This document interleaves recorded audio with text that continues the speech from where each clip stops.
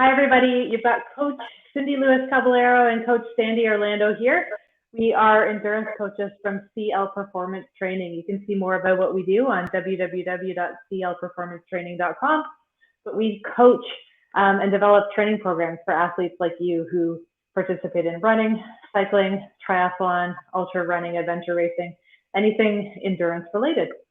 So one of the things that's really important to us is strength training, putting strength training into our athletes' programs. And one of the ways you can strength train for swimming is by doing a Dryland program. So a specific strength-like program that takes you through the swimming motions and helps you use some of the muscles that you use when you swim and helps you learn the mechanics a little bit better. So even if you're in the pool 2 or 3, 4 or 5 times a week, it's still a good idea to do some of this Dryland training outside of that, just to keep working on your techniques, make your shoulder muscles, back muscles, make sure that they're all firing and that you're actually doing what you think you're doing in the water. So Sandie's going to start. We're going to take you through one round of a Dryland circuit. If you have time on your own, once we're done this first round, go ahead and do a second round and maybe even a third round. So do this with us. We'll walk you through each exercise, each step as we go. If you have any questions after the fact, feel free to send us an email at clperformancetraining@gmail.com. So Sandie, if you want to give it a start, first thing we're going to do is we're going to do 3 exercises that actually break down your swim stroke. So the first one will be your catch. So Sandie will show you how to do your catch and practice that exercise. Second one will be your pull. And the third one is going to put those 2 together and take you through the full swim stroke or the full under the water part of your swim stroke. We're going to do 20 reps of each, or Sandie's going to do 20 reps of each, and hopefully you are at home. As you get Before we get started, sorry, Cindy, before we get started, I wanted to mention that when you're doing it at home, we just found this out today, one of the best things to do is turn your camera on, your reverse camera, so you can see yourself and see what you're doing, how you actually look, because what you think you're doing might be just reinforcing a poor position. 100%. Okay, so exercise number 1, watching Sandie getting your own band set up, you're going to be working on the catch portion of your stroke. So Sandie's going to go through 20 reps of the catch with her swim band with you at home. So what you want to be doing, as you can see, is you want to be focusing on keeping that elbow up and keeping it as far in front of your body as you can. The further in front of your body that you can make that catch, the longer an area you have to pull water for each of your swim strokes. So if I'm pulling and I'm ending up already here, I've only got this little bit to push and pull that water to drive myself forward. If I'm catching way out here, I've got almost twice that distance to get more effect out of every single swim stroke. So practice that catch, practice extending that arm and getting that catch as far in front of your body as possible. So like we said, we're going to take you through 20 reps here right now. If you find that after 10 you start losing your form, stop at 10. If you find that 20 feels easy, then keep going and increase your reps a little bit. This is an endurance exercise. It's not an exercise that we want to put a ton of resistance on. So it's good for you to be doing big sets, something that makes you work, that challenges your level of fitness right now. So if 20 feels easy, do 30. 30 feels easy, do 40. We typically ask our athletes to work their way up to doing 50 of each of these 3 swim stroke exercises. Which maybe we've hit. I haven't been counting. That's about 20.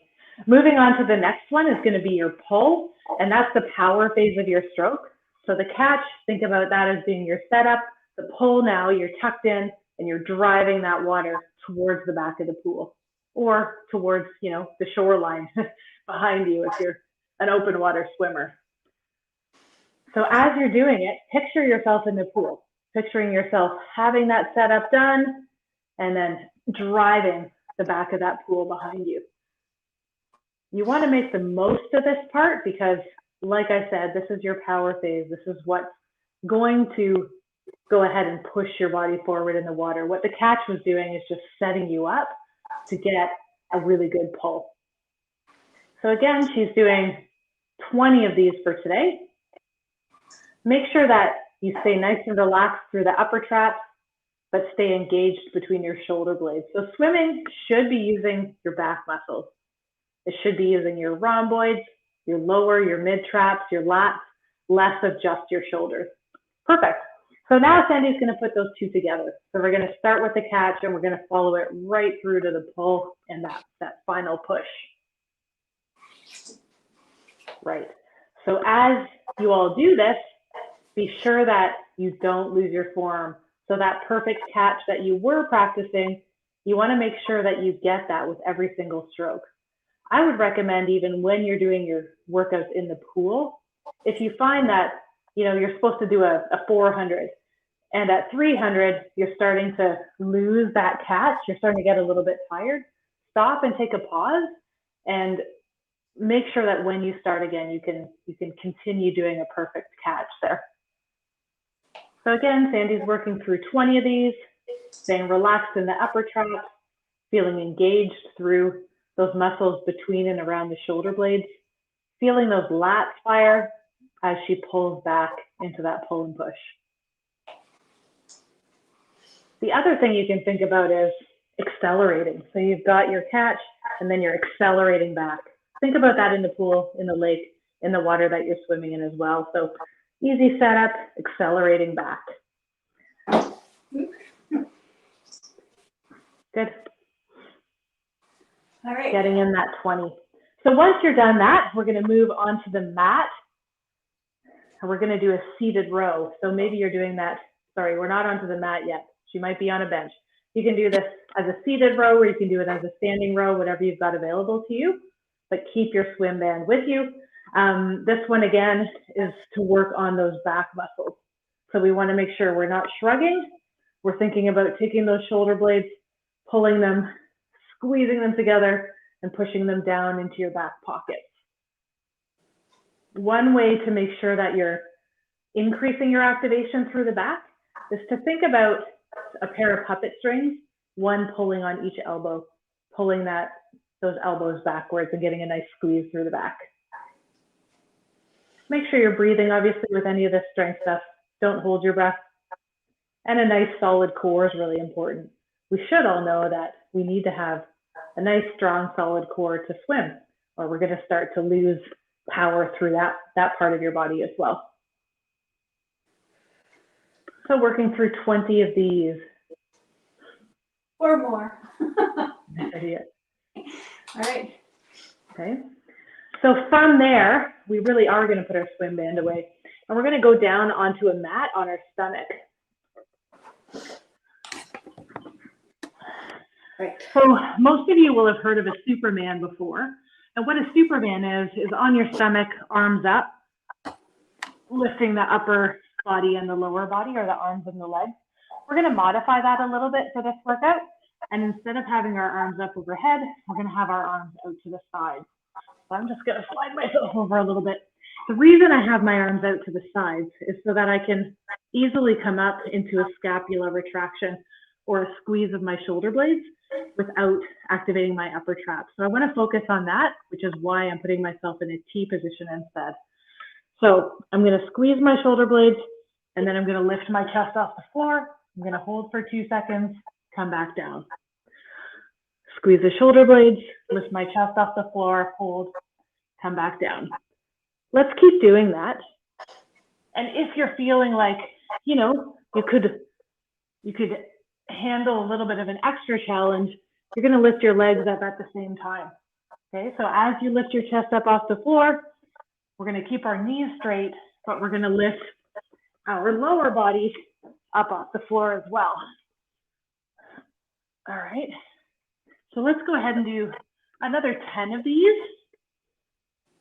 Always making sure that we're not shrugging our shoulders. Our upper traps are, for most of us anyway, always overused. We don't need to overuse them anymore. I think we have a lot of us headaches. We want to focus on retracting and depressing those shoulder blades. Yeah. If you think about sliding your shoulder blades down your spine with these things, then you'll make sure that you're getting that retraction. I'm going to do 4 more. As you're doing this, also try to make your body long.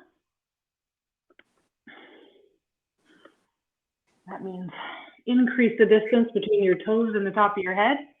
Stretch yourself out. Last one. And down. Good.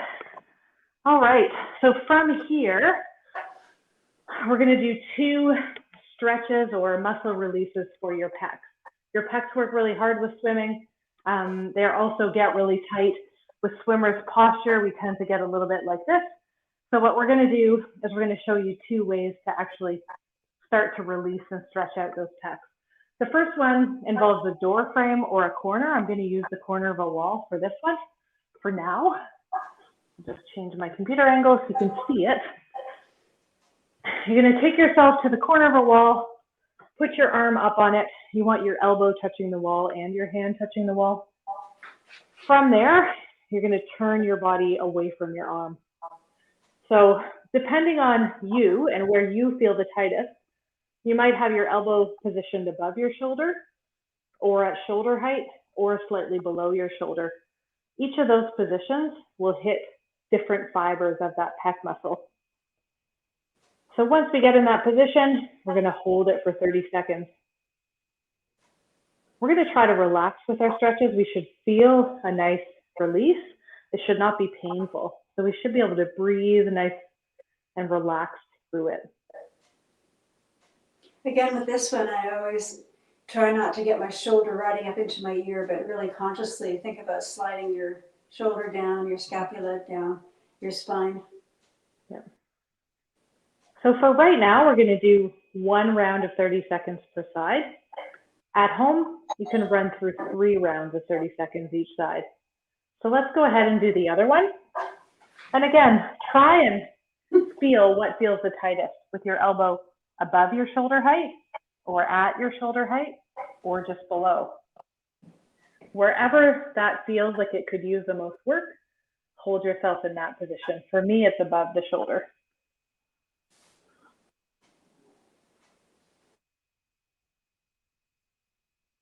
Just remember that stretches should never be painful. So if they are, modify it, choose a different stretch that hits the same muscle group.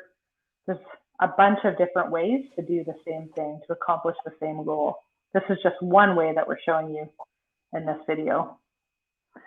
So 30 seconds, nice deep breath. Every exhale, we're just letting that relax a little bit more.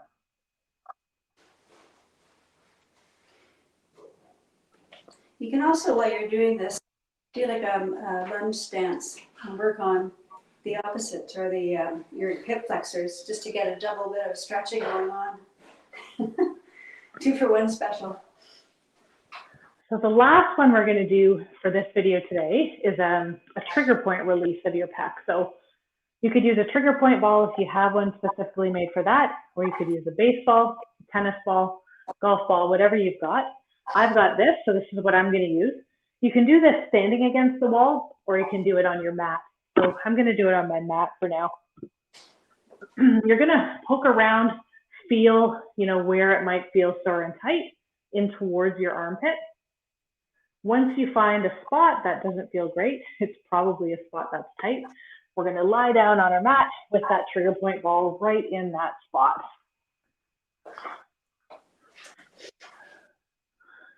Find a position for your arm that feels like you can relax, but yet feel that spot. These tight spots, typically when you put pressure on them, discomfort might actually get bigger. It might feel like it takes up a bigger area at first. And as you hold the spot with your trigger point ball, that area that's uncomfortable should get smaller and smaller, and if you're lucky, even go away. What you should not feel is that uncomfortable area get bigger. You should not feel any pain or any sensations going down your arm into your fingertips. If you do, you might move your ball a little bit. You might be on some nerves, which we don't want. So again, we're going to hold this 30 seconds. Sometimes it takes longer to release. So when you do this on your second round or your third round, if you're not feeling much change, let it sit for a minute or even 2 minutes and let that muscle just slowly relax. Sometimes it helps too to move your arm around and sort of just massage a little bit and just figure out if that point is moving or if there's other spaces that you need to hit. It's easier to do that when you've got it on a wall, just to move your arm up and down and let it play around in there a bit. So let's switch sides. Again, poke around in there first. See where there's a place that's tight. I would bet that most of us have some spot that is tight in there. Even if we don't swim yet and we're just thinking about swimming. If we sit at a desk at all for work or school, we've probably got some tight spots through that pec. So again, put that ball in there. Find that one spot that really feels uncomfortable. And instead of rolling on it, we're just holding it, right? And like Sandie said, with the ball on that spot, you can even do some arm movements to move the muscle over the ball as opposed to moving the ball over the muscle and help that to release or relax. So again, we're going to hold it for 30 seconds. On your second round, you might hold it a little bit longer if you feel like you need to, or if you feel it start to release, but not quite there. I'm going to hold for another 3 breaths.